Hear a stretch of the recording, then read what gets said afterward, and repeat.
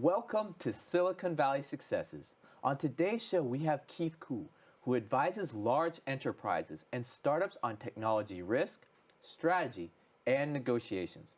He is the host of Silicon Valley Insiders, a radio show and podcast focusing on innovation and pivots.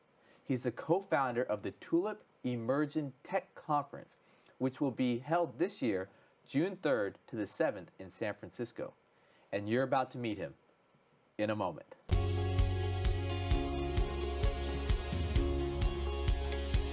Welcome to Silicon Valley Successes. We interview experts and entrepreneurs to give the world access to the knowledge and experience that is here in Silicon Valley.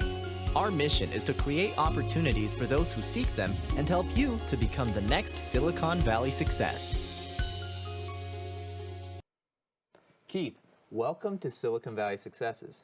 Sean, thanks for having me. It's great. Now, I got to ask you, tell me about your radio show. So, Silicon Valley Insider, radio show and podcast. It airs here in Silicon Valley on 1220 AM KDOW and 860 AM KTRB. And the weird thing about being in the Valley, it's the only technology show on KDOW. How is that even possible? The channel is usually talking about investment strategies, real estate, health advice, and legal advice. So technology was a natural fit that needed to be filled. How long has this radio show been on? Almost 2 years. Oh, wow. Tell me some of the guests you've had. Tell me about their background. Well, it's diverse, just like the Valley. And you don't have to only be in the Valley. We've had corporate executives like Bob Lord, Chief Digital Officer of IBM. Wow. We've had Bina Amanath, Head of Innovation at HP. We've had Jenny Dearborn, who's the EVP of HR at SAP. But we've also had unicorns like Delphix and Actifio, and we have a whole slew of startups, especially in blockchain, cybersecurity, and fintech. Wow, that's a pretty good list of A-list stars there in the Valley that you've had on your show. You've had some great stars as well, Sean. Thank you for the compliment. But also, you have your radio show, and then you have this conference. Tell me about that as well. So, thank you. The Tulip Emerging Tech Conference, this will be its second year. Last year, we held it in San Francisco, and it was really focused on blockchain as a technology, not ICOs or cryptocurrency, which seemed to be all the rage. Last year's speakers were folks like Professor Mohammed Yunus, Nobel Laureate of Microfinance. We had Dr. Vanilla Singh, who's the Chief Medical Officer of the United States. We had Dr. John Madison, Chief Medical Technology Officer at Kaiser, and Mikkel Erkman, who's the Danish Ambassador for Technology. Jeez. Yeah, this year we're going to do a little bit different. We're going to expand it not just to blockchain, but all emerging tech. And especially, we're calling it a technology conference for moonshots. So what are things that we as a society really need to solve for? So I think one of the themes on my show, which is also going to be a theme at the conference, is robotic process automation. Oh, wow. That is a hot topic because of how many jobs people are scared it might take. Exactly. RPA, the estimates are somewhere between 17 and 47%. And it caused a lot of people to be really concerned. Bina from HP, she started a nonprofit called Humans for AI, Artificial Intelligence. And her whole mission is to help people retrain their job skills before the curve. Because robotic process automation is really turning I like to say, anything that you can be behind a screen for can be automated. So let's stay on this topic for a little bit. What if someone doesn't want to be retrained? What happens then? Well, a major theme, I'll tie it into why our show is about innovation and pivots. Society is changing rapidly, technology is changing rapidly. So when we talk about if you decide that you don't want to retrain, well then you'll simply obsolesce and will not be employed at some point. Okay. So in other words, being adaptable might be one of the most valuable skill sets in the future. I think it's not just in the future, I think it's now. I think you have to be able to be adaptable now. I think we've seen it even in the last 10, 20, 30, 40 years. I mean, 40 years ago, we were still building cars on the assembly line. You know, we had the Ford plant, which then became the Newby plant, which is now the Tesla plant. Yeah. And if you go inside the Tesla factory, most people will say it looks more like an IT shop than an auto manufacturing shop. And so what happened to those former auto workers of yesteryear, and how are they working today?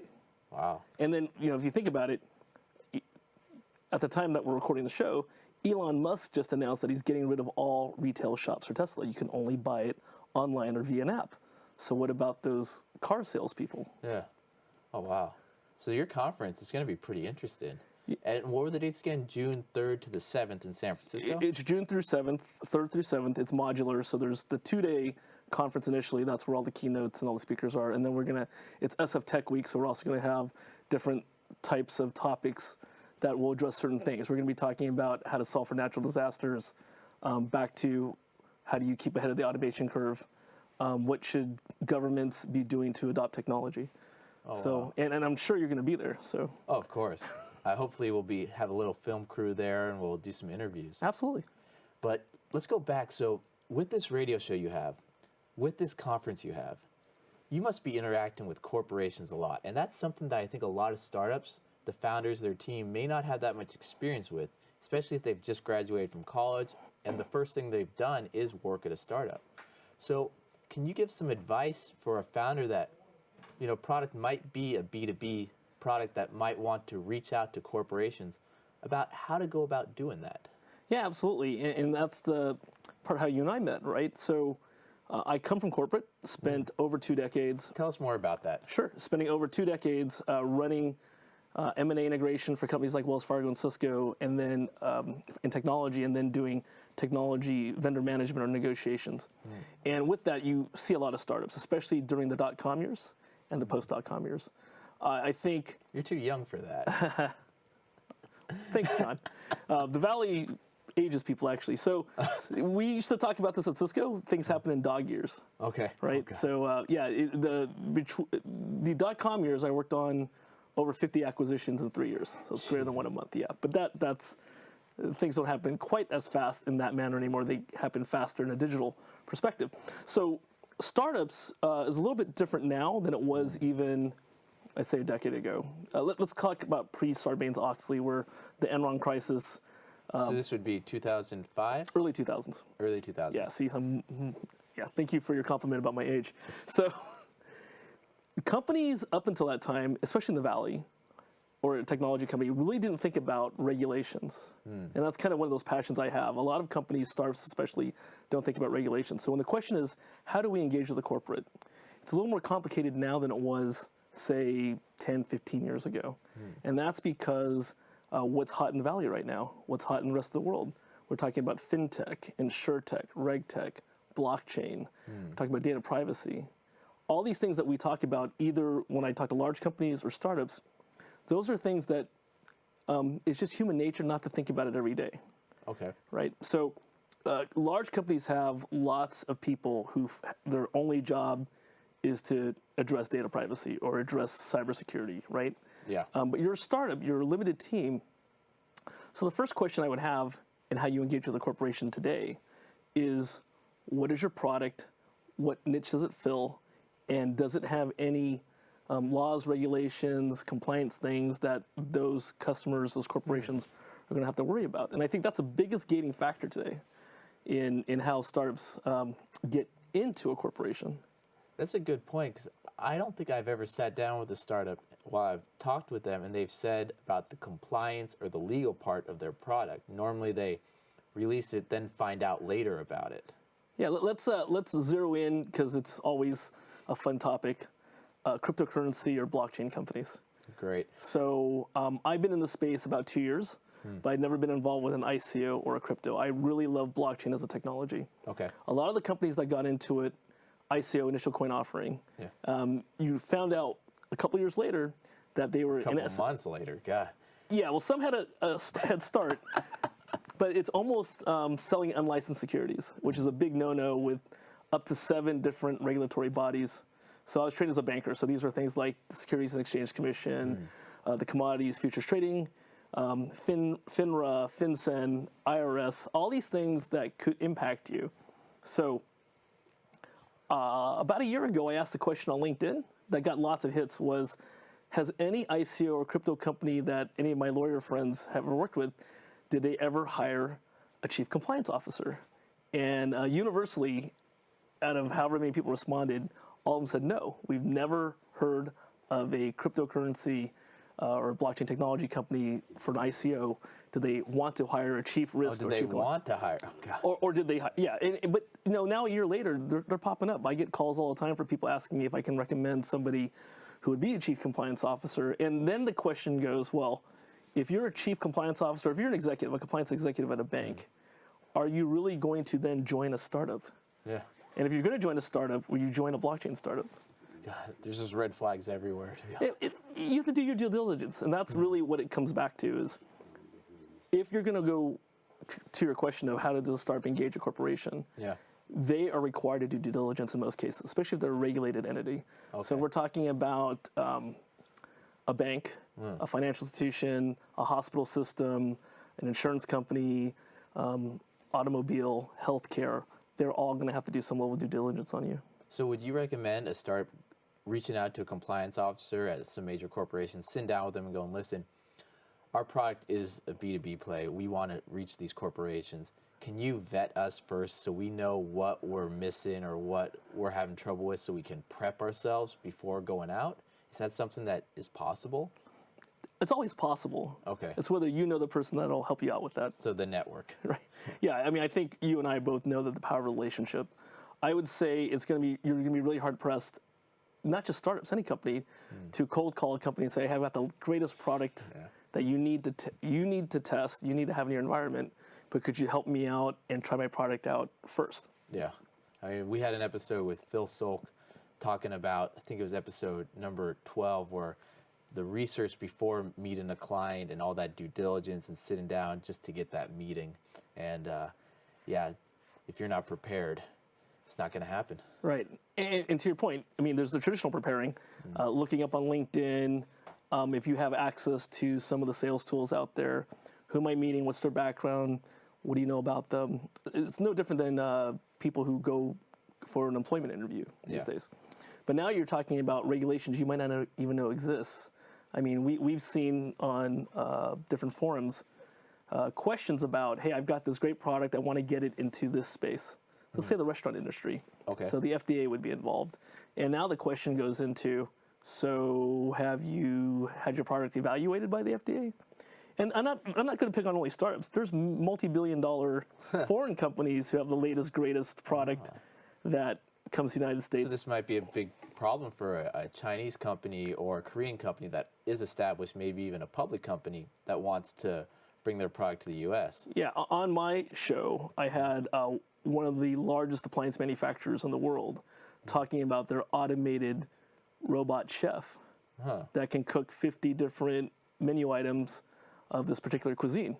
Yeah. And everybody wanted to look at it, but they hadn't actually qualified through any of the health regulations here in the United States. They had the electronic part of it, Underwriters Labs, qualified, but they didn't go through the FDA or other types of regulations. So would you recommend then a company wanting to build a product to actually go through all this first and then build, or build and then just see as things come along? I think it's going to really depend on what you're building.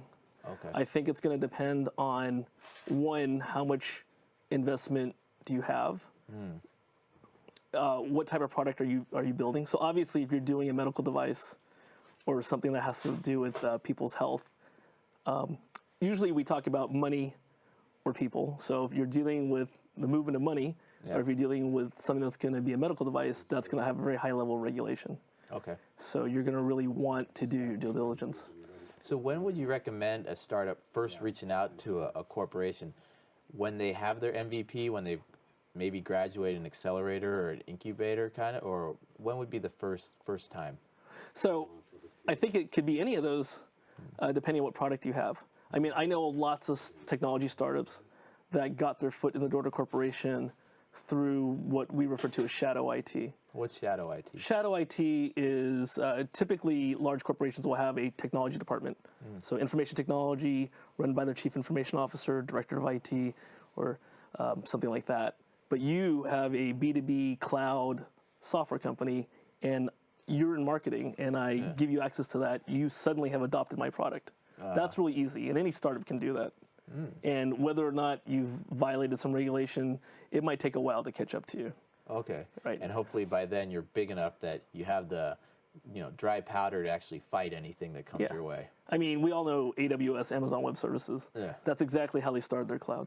Oh, I didn't know that. So when they started their cloud, they're just giving it away for free. Yeah. And all these corporates were taking it and testing it. But here's a funny story about AWS. In about the 2013, 2012 timeframe, American Airlines went down. The entire airline went down. And this made big news because nobody knew why it went down. It went down for 24 hours. It turned out that a mid-level IT manager wanted to save $10,000 a month and moved the entire production schedule of American Airlines into AWS. This is history.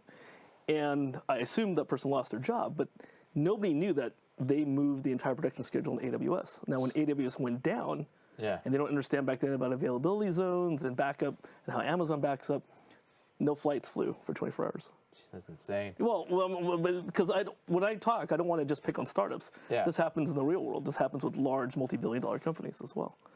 Okay. So then another question for your conferences and that. How do you go about working with corporations to get them to sponsor, or say you're a startup and you're looking for those, corporate partners? What would that look like, a conversation? There's an age-old adage, what's in it for me? So that's the same whether you're dealing with a small company or a large corporate. If you're going to approach a large corporate for a sponsorship, they're going to want to know why. Why should they sponsor it? Go ahead. Pause on that moment. So if you're looking for more information, please visit us on SiliconValleySuccesses.com, our Facebook group, or our LinkedIn page, where we bring you more information, not just here in the studio, but extra interviews with experts here in the Valley. So let's go back to Keith. Keith, please continue where we left off. Okay, so we were just talking about how you get sponsorships, and I was saying that what's in it for me? Yes. So a corporate's going to ask basically that question. If I'm going to sponsor your conference, your product, your event, why would I do that? And generally comes down to just like typical marketing. So is it lead generation, is it branding, or am I trying to get a message out? Ah, so the three areas. So branding, lead gen, message. Right. Nice. What does a time frame look like, though, for a conference to start talking to corporate sponsors, or if you have a product and you want to partner? Are we talking call them up, a week later, they sign a check? Or are we talking a 6-month sales cycle? I would expect more in the 6-month sales cycle. I think one thing to think about in terms of any corporation is that budgets usually get set not a year in advance, but 18 months in advance. 18 months? Yeah, there's a planning cycle. So when we talk about negotiations, if you're trying to sell a large technology deal, understand that that company had probably raised up their budget. So they might have a budget, whether it's a conference or technology product, they have a budget for X. We want to try out this cloud service. We want to buy this ERP system. We want to sponsor a conference. They are already budgeting, and they roll their budgets constantly, and they're always looking at if they're under budget or over budget. So in terms of expectation, software salespeople usually are looking to their deal 18 months in advance. Interesting. Now, let's go back to getting introductions to corporations. Are there any secret tips or tricks that you could share with us? For example, do incubators give good introductions to corporations possibly, or maybe lawyers, or anything that you've heard of in the past that might be good for people out there that don't know? Well, I'm a true believer, yes, they do. But what I'm saying, I'm a true believer that if you have a good product, it will sell. As long as you've got the right network of people. Okay. So there are different types of incubators, there's different types of accelerators. Some are better at making introductions. Some focus more on developing your product. So it really depends. I think I recently met a company that I felt had a really solid product. Okay. They have a niche space in blockchain serving the automotive industry. Okay. They already had seed round, A round, and I have them introduced to a B round investment bank because they were that solid. Their financials all lined up, their existing customers lined up. So that's an easy introduction to make because they've got stability, they have market share, and they have a story. Okay. I think it becomes much more hard if you're truly in the startup, real early stage startup. And that's where you need to get seed money. That's where you then need to get your foot in the door somehow. And I think what does Mark Cuban say? Perfection is the killer of the idea. Oh, God. I believe it. Right. What are your thoughts on that? I know, I totally believe that. I mean, for example, we launched an ebook a while back, and I'm still updating it to this day. People are sending me an email going, hey, you know, this is spelled wrong, add a comma here. But if we had waited till it was perfect, it would never get out there. Yeah, and at the same time, congratulations, you hit #1 in Amazon. Yeah, for startup and starting a business, so thank you. Yeah. Yeah, so that's really a key message is startups have a small window if they've got a good product because competition's always on the horizon. So once you have a good product and it's stabilized and you can support it, get it out to market, get it to proof of concepts, get in the hands of people, and then you have to figure out how you monetize. So going back, you talked about corporations want either lead gen, getting a message, you know, marketed. What other terms, or is there anything, if I'm a startup, can I sit down with a corporation and actually negotiate on for the deal? Say, use our product for these terms, you know, price, maybe add-ons for the product. I mean, what could a discussion look like? Okay, so let's assume you're a startup and you have a great product and you have stability. So it's not a question of whether I can even buy you. I can buy you. So as a corporate buyer, I can buy you. So now the question is, how do we negotiate? Yeah. And yes, we can absolutely negotiate terms. Keep in mind that the typical corporation is the little 800-pound gorilla in the room. They will try to get you to sign your life away, as many terms as they can possibly get on you. So that was your job for a while there. Yes, although I would say if you've negotiated with me, and many people in the Valley have, we didn't try to crush the startup. I mean, the key there is, or any other company, you want, whoever your vendor is going to be, you want them to survive. Okay. Because if you make it so strict that they can't do business, then they're not going to succeed. If they don't succeed, I don't have a vendor that I can rely on anymore.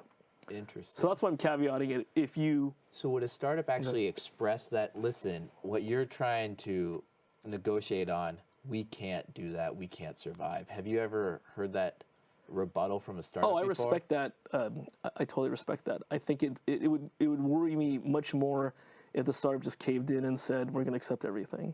It means that they don't have good legal counsel or they don't have good contract support, because a standard corporation boilerplate contract will be very onerous. It's going to have a lot of things in there that a startup may not be able to adhere to.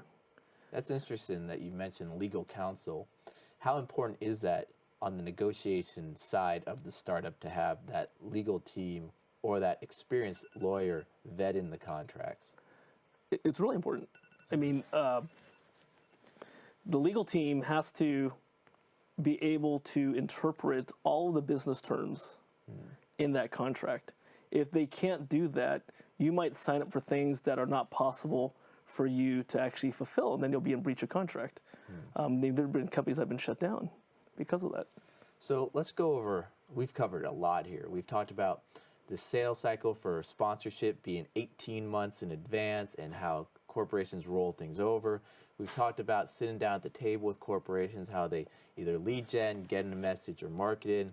We've talked about your radio show and all these amazing guests you've had on over the last 2 years. The change of the Tulip conference from last year focusing on blockchain and now emerging technology, and how people have to be adaptable, and that's a key trait today and in the future. We've talked about a ton of things in this episode so far. What have we missed that you think is very important for startups out there to know? Well, I think the thing we missed is, because sometimes people say that I sound very authoritarian, there's hope. And the hope is that if you have a good product, that 18-month sales cycle is not going to get in the way. If you have a product that's going to transform your customers' business, they will find a way to engage with you, adopt your technology. And so if you've got something good, it shouldn't hinder you. What I want people really to think about is, as you develop your product, understand that there's a high bar of due diligence required, and to get the right type of advice and help, and it's not going overboard, but get the right type of advice and help. So if you need a consultant, if you need an attorney, there's all kinds of different price points to fit you.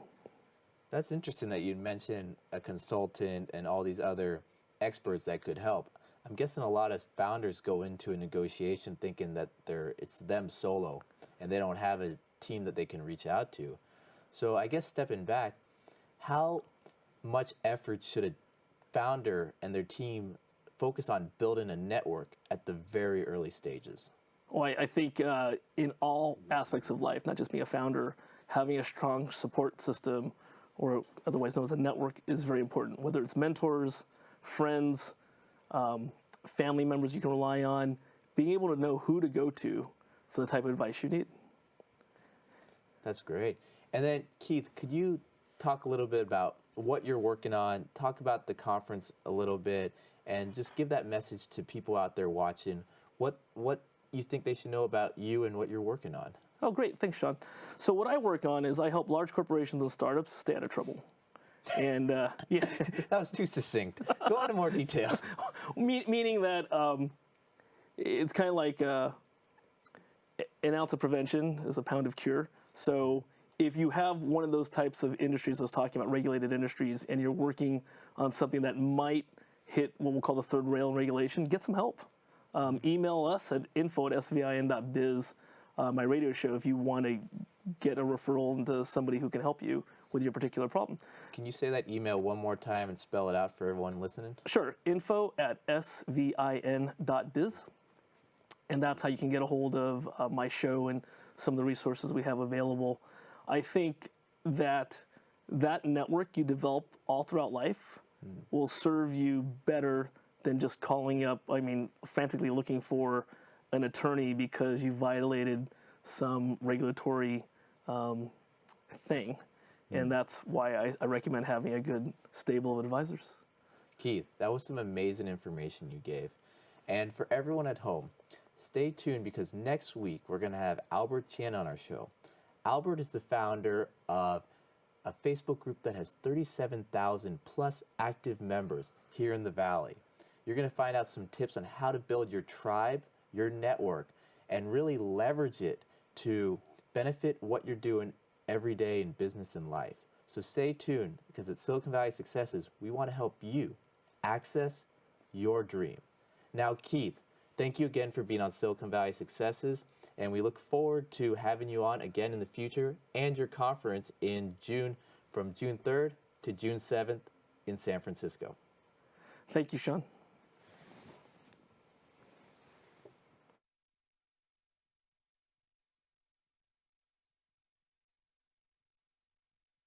Thank you from all of us at Silicon Valley Successes. We hope you found the information presented today useful in your path to success. For further information on accessing the resources in Silicon Valley, you may visit us on the web at siliconvalleysuccesses.com, on Facebook and YouTube. Thank you. And remember, we want to help you in your journey to become the next success.